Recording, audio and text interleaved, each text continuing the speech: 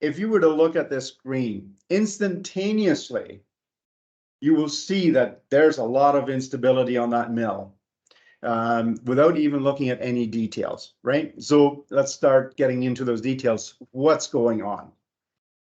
We've got a very high frequency. Well, first, we've got this slow snake here.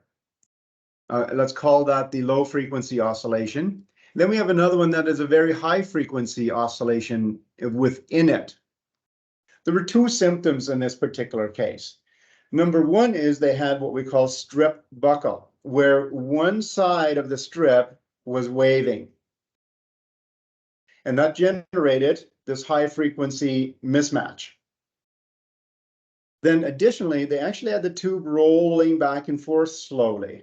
And that's actually represented down here by the bead position coming in and out.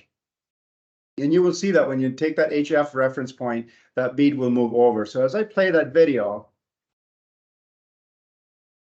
and I'm going to momentarily pause it, if I can.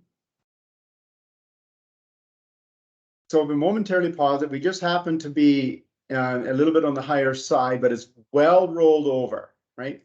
If we, again, play it just a short second, now all of a sudden you see you've got a much bigger mismatch.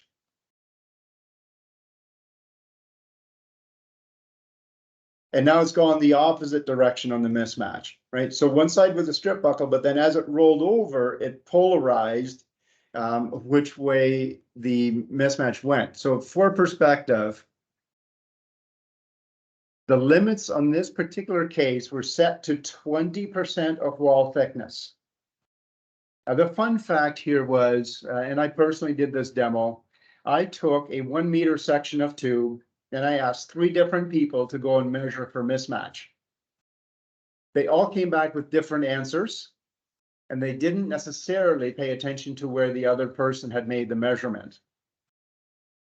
And so that was just an indicator. So when you just visually look at it, you don't see that instability. That looks good.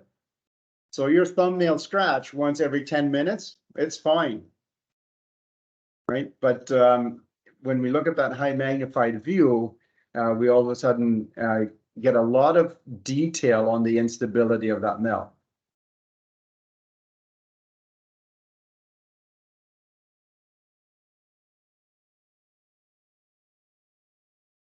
And so actually now in the video, I can see it nice and clear. It was a 1.9 millimeter wall thickness.